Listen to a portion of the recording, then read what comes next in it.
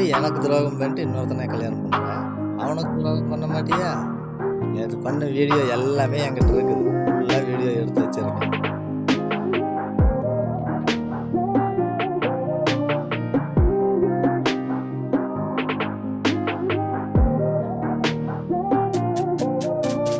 இதுதாடி உனக்கு